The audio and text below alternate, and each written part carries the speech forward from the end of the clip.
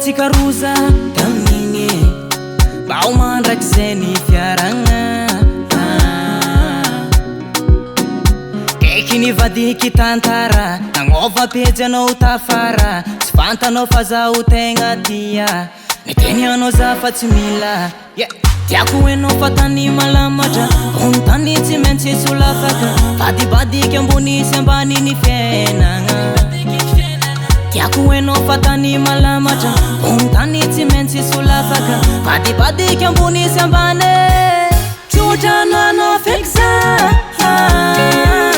mahita anymevy mahita vantsara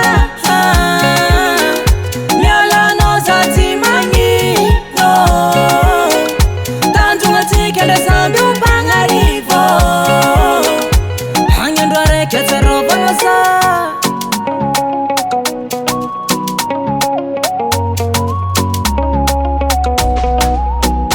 ignitra mitete misy antone misy zavatry boirane eko matonga anao niala za tsy fanagnako volefa eko loatra fitia tsy atao forsegna nao ko zagnano aleo miala tsoza mijaly saigny mandiniky anao tiako enao fa tany malamatra ontany tsy maintsy solafaka vadibadiky ambony sy ambany ny fiainagna tiako enao fa tany malamatra ontany tsy maintsy solafaka vadibadiky ambony sy ambany tsotrano anao feky za mahita anymevy mahita vantsara mialanao za tsy magnino tanjongatsika ndray samby ompagnarivo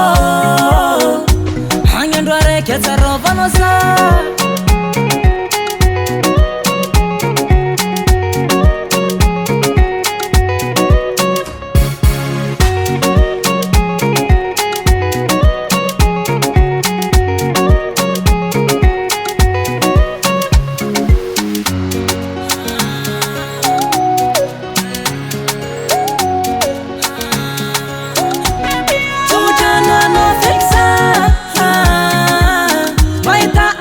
mahita vantsara